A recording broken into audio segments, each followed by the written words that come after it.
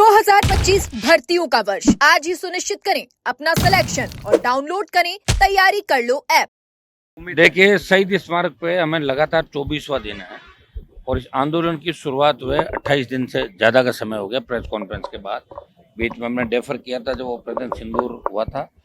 और सबसे पहले तो मैं इन नौजवानों का धन्यवाद दूंगा कि एक महीने से ये तपती धूप के अंदर, जहाँ नौ तप्पा चालू है, कल से भीषण गर्मी पड़ेगी, उसके बावजूद भी नौजवान डटा हुआ है, लड़ रहा है अपने हक और अधिकार के लिए। और इस आंदोलन का कल हम बड़ी रैली के रूप में, एक दिन हमने गिरफ्तारी का कार्यक्रम रखा कि सरकार की आंखें खुले, 100 लोगों ने गिरफ्तारी दी। और कल 1 लाख जवान राजधानी में जुटेगा। आर पार की लड़ाई का ऐलान हमने किया है।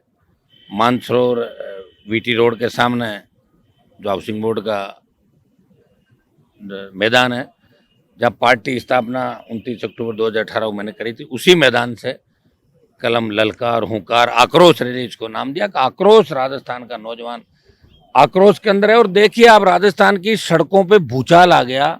आज से ही राजस्थान की सड़कों से नौजवान रवाना हो गए, निकल के सारे अपने अपने साधनों से आ रहे हैं। और ये पहली मेरी रैली होगी जिसमें मैं राजस्थान के किसी कोने में नहीं गया। नौजवान कह रहे हैं कि आप हनुमान जी वहाँ संघर्ष करें, हम खुद आएंगे और दिल्ली तक इस बात को पहुँचाएंगे। मैं केवड़ीलाल जी मीणा से कहना चाहूँगा, मैं आमंत्रण दे रहा हूँ उनको, केवड़ीलाल जी को, मीडिया के माध्यम से। आप आमंत्रित थे डॉक्टर साहब, क्योंकि आप जब कल धरने पे आए उस समय मैं था नहीं यहाँ पे, मैं रैली की तैयारियों में था, मैं थोड़ा लेट हो गया था। कल आप आके जो मैसेज दे के गए, ये राजस्थान का नौजवान चाहता है कि डॉक्टर साहब रैली में क्यों नहीं आए, रैली में आ जाएं। ये मेरा आमंत्रण आपके माध्यम से, कल आके आप 1 लाख जवानों को संबोधित करें, जो भी बात कहना चाहे। तो हम, क्योंकि आपने ऐसा ही भर्ती की शुरुआत करी थी संघर्ष की, और बीच में चूंकि आप बीजेपी के अंदर थे, मंत्री बन गए, आपका मन अभी भी कहीं न कहीं इन बेरोजगारों के, नौजवानों के, शहीद स्मारक आपके मन के अंदर कहीं न कहीं घूम रहा है। तो मैं आपको आमंत्रित करता हूँ कि कल आप एक बार वहाँ हमारे आमंत्रण पे कल पधारें वहाँ पे। कल तो आप अपने आप मन से आ गए थे और मैं यहाँ था भी नहीं, बात नहीं हो पाई। तो मैं डॉक्टर साहब को आमंत्रित करता हूँ, तमाम उन नेताओं को मैं आमंत्रित करता हूँ जो बड़ी बड़ी बात कह रहे हैं, चाहे कांग्रेस पार्टी के हो, चाहे दूसरी पार्टियों को। अगर वो आना चाहे तो नौजवानों की रैली में वो सब आमंत्रित है, वो अपनी बात कह के जा सकते हैं। हमें इस राजस्थान को बचाना है, राजस्थान का सम्मान लौटाना है। हमें उन बच्चों का भविष्य जो कड़ी मेहनत करके लाइब्रेरी के अंदर, किसान के बेटे बेटियां किस तरह यहाँ 15-20 हज़ार रुपये का फ्लैट किराए लेते हैं, पीजी में रहते हैं, किस तरह खाने की व्यवस्था करते हैं, 15-15, 18 घंटे पढ़ के वो सोचते हैं कि हमारी पढ़ाई से ही हम अधिकारी बनेंगे, और फिर पता लगता है कि पेपर लीक हो गया। भजनलाल सरकार के अंदर पेपर, जेटीए के अंदर तो ओएमआर सीट का ही गड़बड़ जाल हो गया पूरा, सीट पर दस्तखत नहीं थे। और दूसरा, इनका मंत्री जो न्याय मंत्री जोगाराम, उसकी पोती नकल करते हुए पकड़ी गई।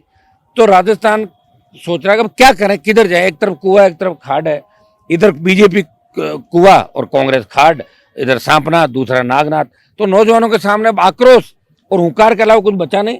ये नौजवान कल आक्रोश रैली करके मोदी को संदेश देगा कि अगला पड़ाव दिल्ली की तरफ है। प्रधानमंत्री जी, इस बात को हल्के में मत लेना, क्योंकि जो आंदोलन कर रहा है वो इतना जिद्दी है कि अपनी जान हथेली पे लेकर चलता है, जब कब जरूरत पड़ जाए और कब देनी पड़ जाए, इस राजस्थान के सम्मान के लिए, नौजवानों के सम्मान के लिए।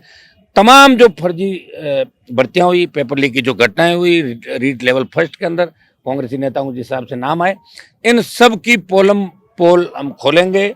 और कल हमारी ऐतिहासिक रैली मानसरोवर के अंदर होगी। शायद बरसों बाद नौजवानों का इतना बड़ा आंदोलन राजधानी में कभी नहीं हुआ, और पहली बार राजस्थान का नौजवान अपने बलबूते पर आंदोलन कर रहा है। आरएलपी पार्टी परिवार को पूरी बधाई कि पूरी ताकत इन्होंने लगाई। संघर्ष समिति, बेरोजगारों के जो भी संगठन है, कल मैं सबको आमंत्रित करता हूँ। हम पूरे राजस्थान के मान सम्मान की लड़ाई लड़ रहे हैं। दोबारा ऐसी घटनाओं की पुनरावृत्ति नहीं हो, पेपर माफिया का इलाज हो। जिस तरह प्रधानमंत्री ने जब यहाँ 23 के चुनाव के अंदर आए तो बोले कि मैं पाताल से भी ढूंढ निकालूंगा पेपर माफिया को। हाँ, मोदी जी स्पीड में चलते चलते 80 से 200 पे चले जाती गाड़ी उनकी, ज़्यादा बोल देते हैं। रगों में खून की जगह सिंदूर की बात भी कर दी। ये सही है, सिंदूर हमारी मान मर्यादा, नारी का सम्मान है, और सिंदूर उजाड़ा आतंकियों ने, और आपने ऑपरेशन सिंदूर किया। लेकिन रगों में सिंदूर नहीं बहेगा, रगों में तो खून ही बहेगा। तो ये जिस तरह के भाषण दे रहे हैं, बेरोजगारी, महंगाई, अमेरिका द्वारा सीज पार की घोषणा, इसके बारे में बीकानेर का जो बॉर्डर के इलाके, इनका कहना था कि हमने ऑपरेशन सिंदूर किया, बॉर्डर पे हम सभा करें बीकानेर के अंदर। ये मैसेज देने के लिए वो आए। तो अमेरिका के बारे में 2 शब्द बोलते, ये देश का नौजवान चाहता था। पेपर लीक माफिया को पकड़ने के लिए बोलते और बात करते। आज मुझे कोई कह रहा था कि भजनलाल से कल वो नाराज थे, जैसे उनके चेहरे की हवाइयाँ उड़ रही थी भजनलाल जी की। वहाँ पे कुछ अधिकारियों से भी नाराजगी जाहिर की होगी प्रधानमंत्री ने, क्योंकि प्रधानमंत्री को भी पता है कि एक बार अगर सत्ता चली गई तो फिर कैसे दिन आ जाते। पूर्व प्रधानमंत्रियों को जानते, वो अच्छी तरह से जानते हैं, वो इसी जगह रहे। और इन्होंने ईडी सीबीआई सबके भेजे, तो लोग तो इंतजार कर रहे हैं कि एक बार ये हटे और फिर इनको भी वहाँ ला के खड़ा करें। पहले तो भुगतभोगी कई मामलों के अंदर गुजरात में जब सीएम थे। तो हमारी प्रधानमंत्री से भी मांग है कि समय रहते आप इनका फन कुचलें, पेपर माफिया का, दूसरे माफिया का। और आप नहीं कुचल रहे हो, इसका मतलब भजनलाल जी पूरी तरीके से मिले हुए कांग्रेस पार्टी से। जिस तरह वसुंधरा गहलोत का गठबंधन था, भजन और कांग्रेस का गठबंधन हो गया। एक दूसरे के पापों में पर्दा डालने लग गए और एडजस्टमेंट आपस में हो गया। ये मैसेज राजस्थान के जवानों के अंदर जा रहा है और राजस्थान के हर वर्ग और हर समाज के अंदर जा रहा है। अब तो नौजवान कह रहा है कि पढ़ के भी क्या करेंगे, दूसरा काम करो, पढ़ाई छोड़ दो, क्योंकि बिजनेस कर लेंगे, पेपर लीक हो जाएगा, करेंगे क्या फिर बताओ। या जिस तरह राजस्थान में ऑनलाइन गेमिंग, नशा, पेपर लीक, फर्जी डिग्री, अपराध, महिलाओं पर अत्याचार बढ़े, शर्म आने लग गई कि राजस्थान का कहते हो, कहाँ के रहने वालों को राजस्थान के, अरे यार आप कोई डिग्री दिला दो ना, हमारे इधर तो बंद हो गई। तो शर्म हो रही थी हमारे को कि हम राजस्थान, उस राजस्थान में बैठे हैं और कुछ कर नहीं पा रहे हैं। इसलिए हमने सड़क का रास्ता चुना और कल आर पार की लड़ाई है। और कल तय कर देंगे कि या तो सरकार ताकतवर है, नौजवानों को अपना आप भेज देगी, या नौजवान ताकतवर है, सरकार को झुका के अपने हकों पर जिन जिन मुद्दों को लेकर हम कर रहे हैं सरकार से ऐलान करवाता है। लेकिन जिस तरह से आपने एक मैसेज भी दिया है कि युवाओं को जात पात के नाम पर लड़ाने का प्रयास है, बांटने का भी प्रयास है, वो तो करेंगे, हमेशा ही हुआ है, तो आज से नहीं। ये तो सृष्टि जब से बनी तब से हमारा युवा बढ़ता जा रहा है। युवा पता नहीं कब समझदार बनेगा। राजस्थान में कोई ऐसी क्रांति नहीं आई नौजवानों की है। कल कितने चैलेंज मानते हैं कल की रैली को भी? मेरे लिए तो आप इससे आप अंदाज लगा रहे हैं, मैं शहीद इस मार्ग से हिला नहीं, कहीं भी ये अपील करने नहीं गया कि आप रैली में आओ, और कल अपने अपने मन से आ रहे इस गर्मी मारे, तो अंदाज लगाओगे अगर मैं कह दूंगा और चला जाऊंगा आना है तब कितनी संख्या होगी, ये कल आपको अंदाज लगा था। ये हनुमान बेनीवाल के आह्वान पे राजस्थान का जवान उठ खड़ा हुआ, अपने अपने साधनों से बिना 1 रुपया लगा के वो 1 लाख की संख्या पार करेगा मानसरोवर के अंदर। आपकी रैली से पहले एक सुबह चलने लगी है कि आरपीसी के पुनर्गठन होने की चर्चाएं चल रही है। अपन तो मांग कर ही रहे साहब, हम मांग तो कई लोगों ने करी, लेकिन अब बात वही कह देते हैं। और आप लोग भी क्या चलाते, तो मीडिया लोकतंत्र का चौथा स्तंभ है, और आप लोग हो जब नेता, कम से कम याद तो रखते हैं, नहीं तो आप याद नहीं दे रहे हो तो उनको तो कुछ करना ही नहीं। जोगाराम की बात भूलने लगे 2 दिन में, बताओ, पोतीन नकल की, न्याय कानून, कौन सा न्याय कानून, कम से कम एक वक्तव्य तो दिला देते। भजनलाल जी एक वक्तव्य ये दे दो, या तो ये कह दो जोगाराम की पोतीन नकल नहीं की, और या कह दो की, एक चीज़ तो बोलो।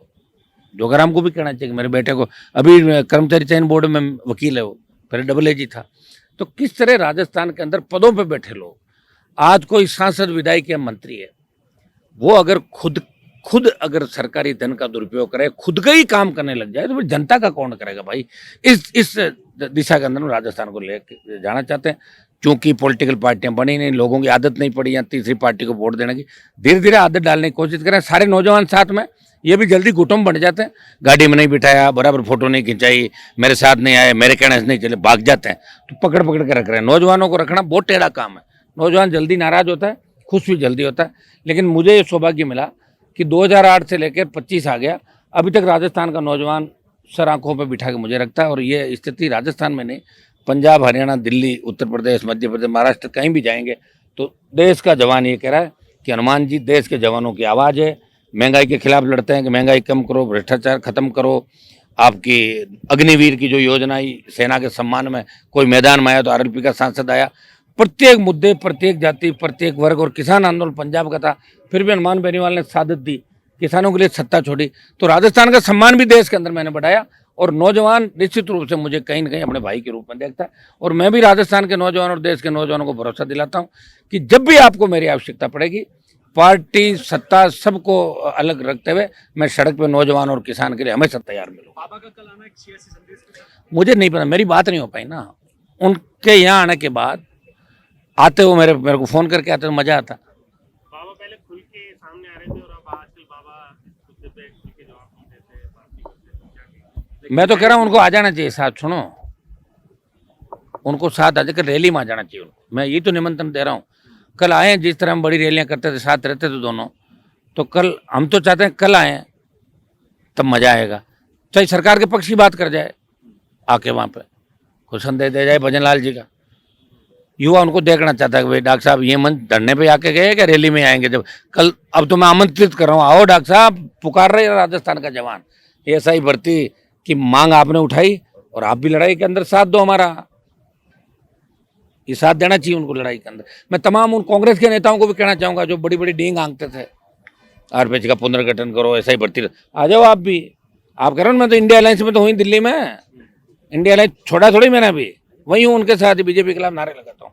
आ जाओ मेरी रैली के अंदर, अभी कौन से वोट पड़ रहे हैं। अपनी मर्जी से आए हैं या फिर आपने जो बयान दिया था कि वो जो ऐसा ही भर्ती का वो श्रेय लेना चाह रहे हैं? तो मैंने तो बयान किया, मैं तो उनको आमंत्रित करा रहा हूँ। अगर मेरे कहने से आएंगे जब तो कल आ जाएंगे, कल आ जाएंगे, मैं मान लूंगा मेरे कहने से आए। कल मेरा कार्यक्रम है और कल संख्या भी 1 लाख है। कल तो आए जब कितने उस गर्मी के अंदर संख्या भी मुझे लगता है कम होगी, बाद में संख्या ज़्यादा बढ़ी। डॉक्टर साहब को याद कर रहे हैं लोग, क्योंकि हमने सड़कों में बहुत लंबी लड़ाइयाँ लड़ी और हमेशा करते रहते हैं, तो लोग चाहते हैं कि उनको भी आना चाहिए मंच पर। आपने ऐसा कुछ व्यक्तिगत दिया क्या जिससे यदि किरण लाल मीणा या सचिन पायलट साहब आते मेरे साथ में 5 मिनट में आरएलपी सरकार? मैंने कहा कि आ जाए, मतलब तो आरएलपी तो ज्वाइन कहाँ करें, वो तो खुद बड़े नेता है। मैं कह रहा हूँ कि दोनों अलग अलग पार्टियां बना ले, हम अलायंस कर लेंगे तीनों आरएलपी और अलग अलग इलाके हैं, और आ जाएगी 125 सीट। आई पड़ी भाई, 3 आने के बाद चौथा बचता ही नहीं कुछ यहाँ पे। बाकी तो आ ही रहा ना सारा यूथ, तो सारे हर जाति का यूथ तो हमारे साथ ही हैं। चाहे हमें कोई गालियाँ दे रहा तो क्या हो, बच्चे तो हमारे साथ ही यहाँ पे। बच्चे तो चाहते हैं कि आरपीएच का पुनर्गठन हो, ऐसा ही भर्ती रद्द हो, दोबारा ऐसी घटनाएं नहीं हो, अपराध मुक्त भयमुक्त राजस्थान हो। ये तो नौजवान तो चाहता ही ये बात।